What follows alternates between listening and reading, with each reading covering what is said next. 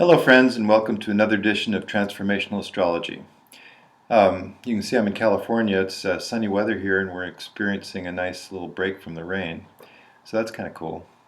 And the new moon is really exciting. It's got so much intensity to it with Pluto and Uranus that I find it very interesting. And I want to talk about that, and also I'm going to show another chart along with the new moon this time. It'll be kind of a surprise chart. And we want to remind you to subscribe to the YouTube channel. And without further ado, let's go and look at the new moon. Well, let's take a look at the chart of this new moon. And it is another example of these powerful lunations that we've been seeing lately. They've all been very strong, and of course with Uranus and Pluto also coming into the picture as of the last end of the year, almost 2 months ago now, or 1.5 months ago now.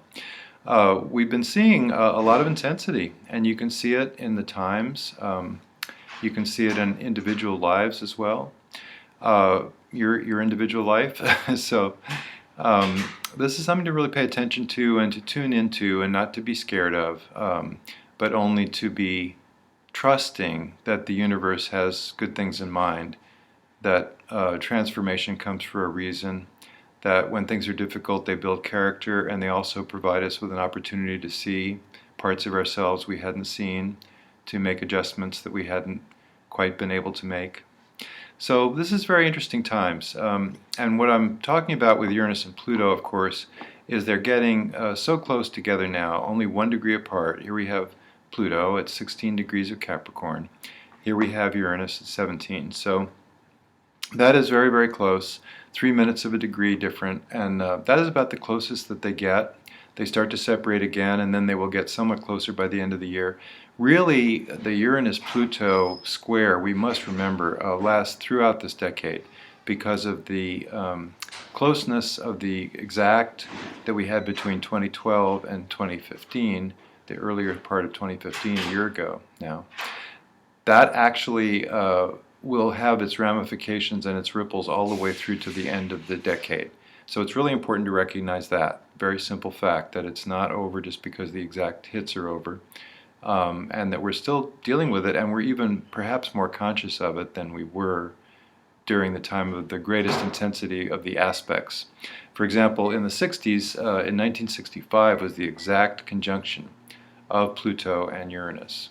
And it wasn't until really throughout the 60s, it wasn't until after 65 that some of the strongest manifestations were actually felt in the culture. As we all remember, having lived through it or having read about it and seen video about it, it was really the end of the 60s that was so powerful. So we're having that again in these teens, and I like to call it the turbulent teens, the time when we really have to make some serious readjustments depending on where we're going and where we're trying to go and what we see happening that isn't what we want. That's basically it. So speaking to this factor, well, what do we see in this new moon configuration is such a powerful Pluto, because we have only 3 degrees away, we have Venus right with Pluto. So Pluto's at 16 degrees, here's Mars at 18 degrees of Scorpio, just a sextile away, very close. Here's this strong trine to a powerfully placed Neptune, Neptune being actually conjunct the nodal axis, conjunct the north node. And then here's also the new moon coming along at 19 degrees. So the new moon is very close semi-sextile to this Venus, which is very close to Pluto. And, you know, it's actually a close semi-sextile within a few degrees to Pluto as well. So, and then Chiron is at 19 degrees. So we have a lot of intensity focused in on Pluto, which is powerful in Capricorn. It's representing the breakdown of structures of all kinds. We see societal structures in a breakdown mode. We see world agreements, some of them coming along. There's a strong also presence of Jupiter that we don't want to ignore. So Jupiter is very positive. It's with the north node. It's saying there's a way through. It's saying that we can make headway in a peaceful way. And some of that is happening, but it's still important to recognize the places where it's got to change. And that's true for individuals as well as for you know, the more global social phenomena that we see as well. So remembering that It's up to us to change what we need to change, and that only we can do it, and that it's time to do it. The other thing about Pluto now, and it's through for the rest of the month of February, is it's very close with Saturn, even though it doesn't show in the longitudinal marks so much. It is actually a forming semi-sextile. As Saturn gets closer and closer to the 16-degree mark, it will be close to a sextile, a semi-sextile as well. But also, if we look at the declinational aspects between them, if we look at Pluto and its degree of declination, which is 20 degrees 53 minutes, if we look also at Saturn's degree, 20 degrees and 52 minutes. So they're only 1 minute of a degree away from each other in declination, which makes them very strong. So this Saturn and Pluto and all of the intensity around Pluto is very much part of what we see in this new moon, and a new moon is new energy, and it's time to see these things happening and manifesting. When the new moon comes, the energy rises, and what's in the configuration becomes more prominent. We might want to think about where Pluto is in our individual charts as well. If you know your chart, if you know where Pluto connects, that's the factor that you're going to see as you get more tuned into this Pluto and Uranus, the awakening and the transformational change. Pluto obviously represents transformational change. Well, when you look at Pluto, you really have to, in your natal chart, you really have to see where is the house position, and also where is the planet that Pluto is aspecting. For example, Pluto with Moon can represent issues with mother, Moon representing mother. It can represent issues with nurturing, Moon representing nurturing, and the feminine within all of us, whether a male or a female. So you see Pluto there, and it really makes a strong connection between that aspect of ourselves, that nurturing person that was in our lives, or the nurturing person that's within us that we become.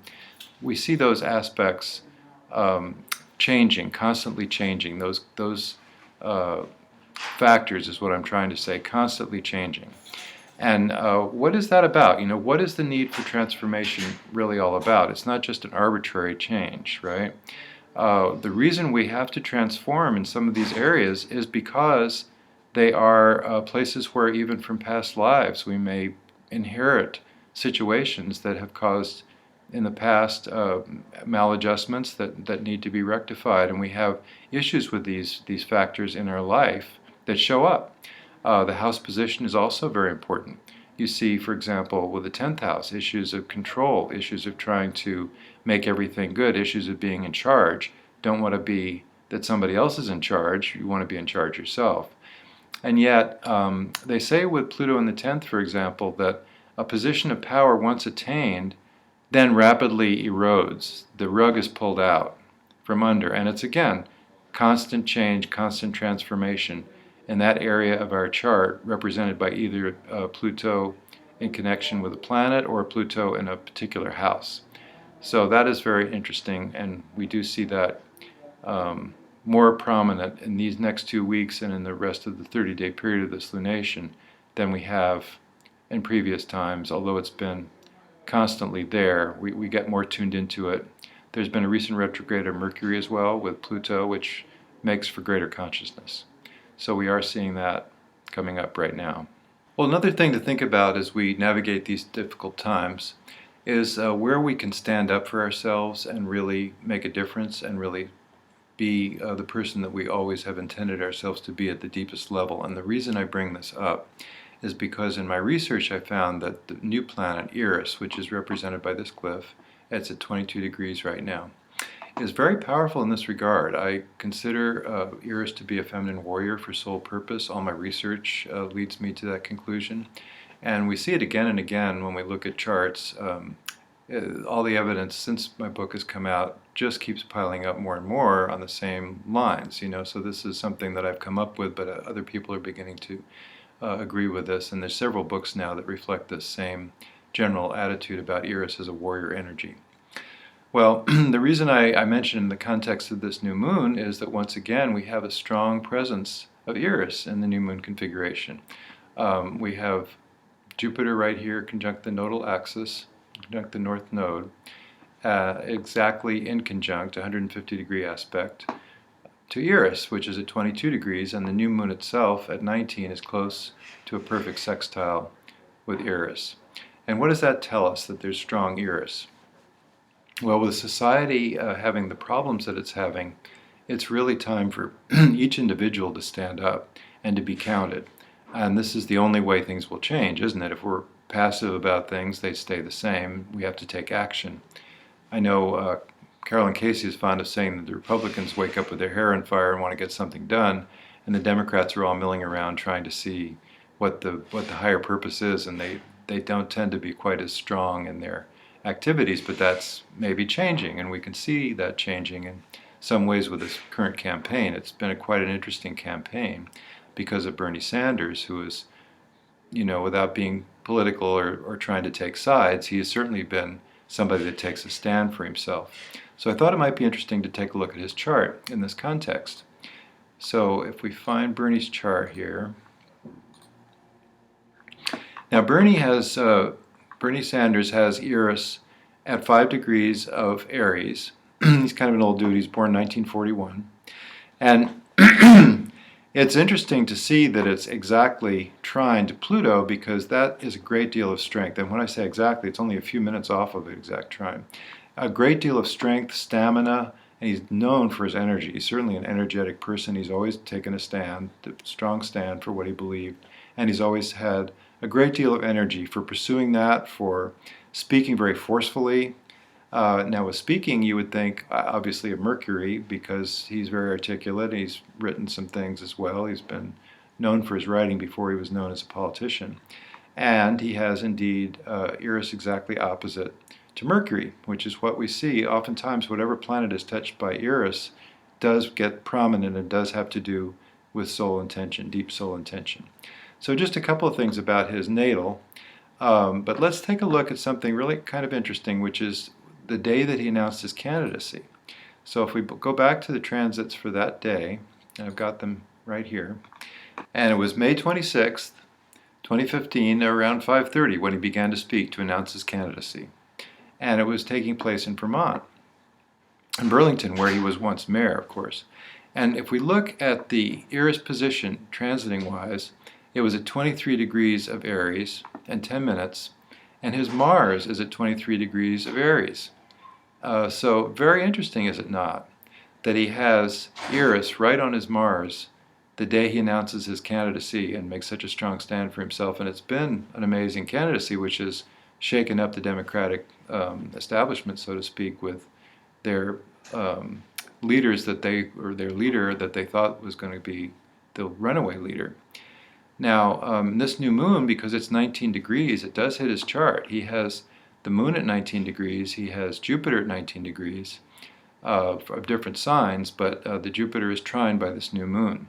So I think it's very interesting to see this happening in the work that he's doing and the prominence that he's gaining. He came very close in the most recent Iowa caucuses, as everybody knows, of course, and in this country anyway.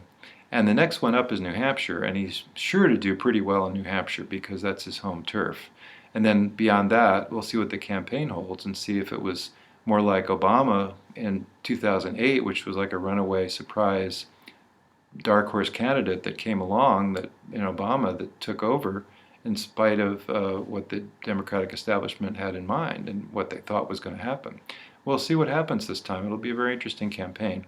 Again, I'm not trying to make a stand for Bernie whatsoever. That's up to each individual to see what they think about the situation. I'm just noting, as I watch him, that he certainly is standing up for what he deeply believes himself and making that the focus of his campaign. And it's very interesting. So enough about Bernie Sanders' chart. Go back to the new moon. And just to note and to underline that we do see structures breaking down. We do see epiphanies coming along with Uranus that tell us things that we hadn't quite seen before, or maybe we had seen them before, but maybe we hadn't actually done something about it. Sometimes you say, when we know exactly what it is that we need to do, all we have to do is do it. And it's that actual doing of the deed that sometimes makes the most difference. Well, I always like to end these with resources that you can tune into, and I think of book resources myself mostly. Maybe we'll talk about video resources another time. But one place to get good information about Pluto is, of course, the classic about Pluto is Jeff Green's book, and it's called Pluto, the Evolutionary Journey of the Soul. And Jeff has worked very much so with Pluto as representing what is deepest within us and gets down to soul level, which is largely unconscious within us. So it's representing the unconscious needs and desires that we have and how that can manifest. And in terms also of trauma that was probably in one time or another past lives, or in this life as well, reflected in the trend of past lives. And so it's very interesting what he has to say. I want to mention a couple of others, though, as well about Pluto, because for one thing, Stephen Forrest has a book called The Book of Pluto, which is very nice. Very good description of what's going on right now in the current astrology regarding Pluto, as it's been termed a dwarf planet. You know, Pluto is called a dwarf planet, and we're still using it in charts just as much. It's small, but it's powerful. Also, Astrology, Karma, and Transformation by Stephen Arroyo is a fantastic book about all kinds of things, transits, progressions, as well as natal astrology, and very nice on what he has to say about Pluto in charts. And I recommend also a book called The Hades Moon by Judy Hall, which is a very nice description of a very specific Pluto phenomenon in natal astrology, which is to say Pluto with the moon. Very, very important book, actually. And then the book that I wrote about Eris, my starting point was that Eris as a dwarf planet, nevertheless, in spite of being a dwarf planet, is still in exactly the same astrological category as Pluto. So therefore, maybe we should look at it in charts now that it's been brought to the cultural awareness. We usually see that's an indication of where the culture is at. When the culture is ready for that energy, it comes about, as Pluto was in the 1900s. When psychology, the depth psychology, was really getting going and people were understanding more about the unconscious. And now we have a different century, the 21st, and we have a new planet that's come along, Eris, and I think it is about a warrior stand, taking a warrior stand. And the book is called The 10th Planet, Revelations from the Astrological Eris. And of course, I always like to recommend the software that I created, the Time Passages astrology software, with all kinds of interpretations of everything that is part of standard Western. And that's it. Have a great couple of weeks. Talk to you soon.